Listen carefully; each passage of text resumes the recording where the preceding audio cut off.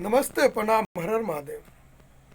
स्वागत बरुआ सबके पीकेपी भोजपुरी और वह सबके बता दें कि बहुत ही शानदार एगो न्यूज लेके हम आइल बनी। बहुत ही बढ़िया अपडेट भाई प्रमोद प्रेमी यादव जी के बारे में। बहुत ही शानदार गाना, बहुत ही लाजवाब गाना, साड़ी संभार लेवे दो। जब गाते हैं, जब प्रमोद प्रेमी जी गाते हैं तो लगता है कि भोजपुरी में तो हल्का मच गया है।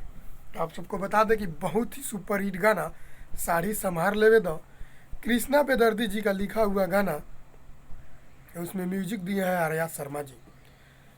इस गाना को रिलीज किया गया है वेब म्यूजिक ऑफिशियल चैनल से।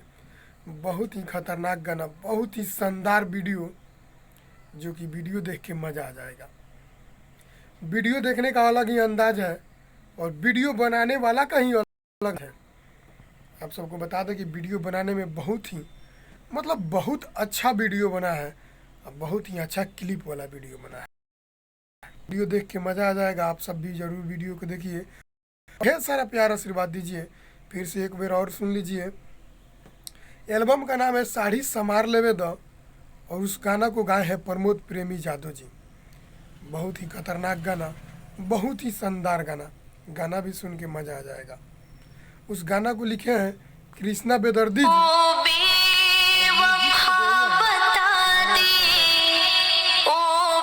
तो आप सब ढेर सारा प्यार